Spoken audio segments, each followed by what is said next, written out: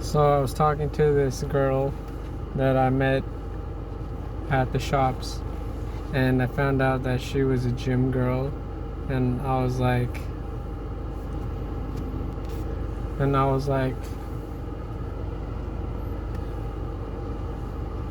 all right, I'm kind of worried about you because I feel like you're like this really competitive girl that's gonna try to try to outcompete me at the gym. And she was like, what do you mean? I'm really chill. And I was like, no, I feel like you're like really competitive and really aggressive and you just want to be the best at everything. And she was like, no, really, I'd be really chill and I'd try to stay at your pace. And I was like, oh, there you go. You're already competing me. You're already trying to compete with me, and you're already saying that you gotta slow down your pace for me. And she was like, that really wasn't what I meant at all. And I was like, all right, fine, I believe you. When can we go to the gym together? And she was like, I was just headed there now. You wanna come along? And I was like, you're the one that needs to come along.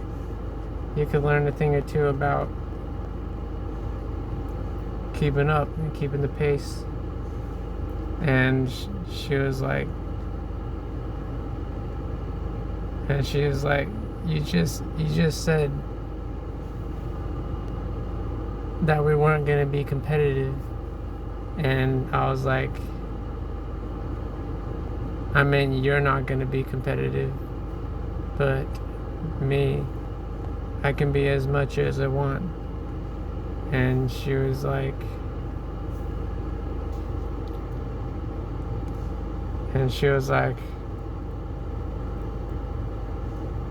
all right, fine. I'll just have to slowly get this arrogance out of you, I guess. And so we were lifting some weights, and I saw that she was looking at these guys with like these big muscles, and they were lifting like 60 pounds, and these guys were ripped. And she was like, why can't you be more like them? And I was like, I thought this wasn't a competition, and now you're asking me to compete with these guys who are lifting 60 pounds.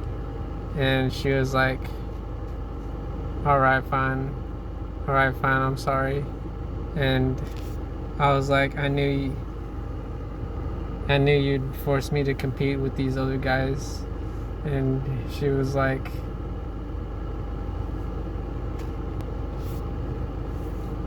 I really didn't mean it like that.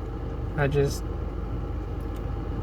saw that these guys were like lifting these huge weights, and I was like, and you were also noticing how scrawny I was compared to them.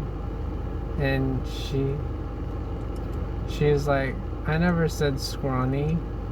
And I was like,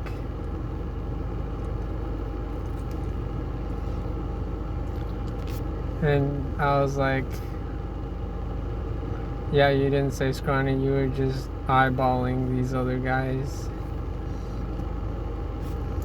And she was like, and she laughed, and she was like, all right, what if I just stare at you the whole time? Would you like that, wouldn't you? And I was like, well, yeah, I would like that. And she's like, all right, fine, I'll do that. Now, come on, impress me. And I was like, all right. So I decided to grab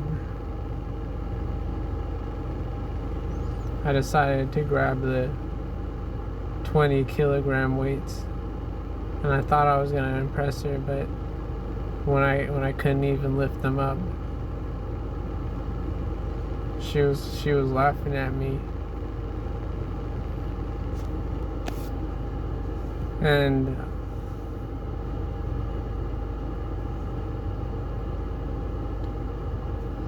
I was like, all right, fine, I can't lift 20 kilograms per arm. Get over yourself. And after a while, she was like, want to go on the treadmill? And I was like, what, you're already done lifting? But I thought you were trying to outcompete me on the lifting. And she was like, yeah, but after lifting circles around you, I've decided to take a break. And I was like, you've been lifting circles around me? And she was like, yeah, but we don't have to talk about it because it's not a competition. And I was like,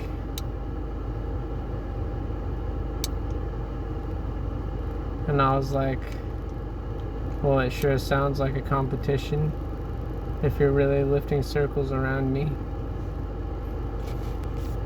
And she was like, come on, let's just go to the treadmills. It's something that you're actually good at. And I was like, you see, there it is. You're belittling me and you're hurting my feelings. And I thought this was a competition, and I thought we were just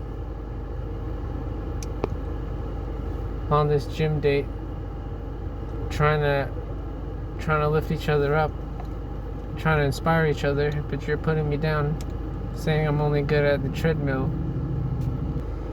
And so even though we were kind of teasing each other, we knew that we were having a really good time with each other, and we were pretty much more motivated than ever to get our workout in because we had each other. And we were kind of improving for each other. And so the moral of this story is,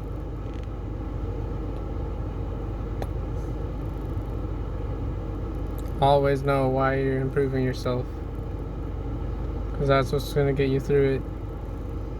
And that's all I got for the video. Goodbye.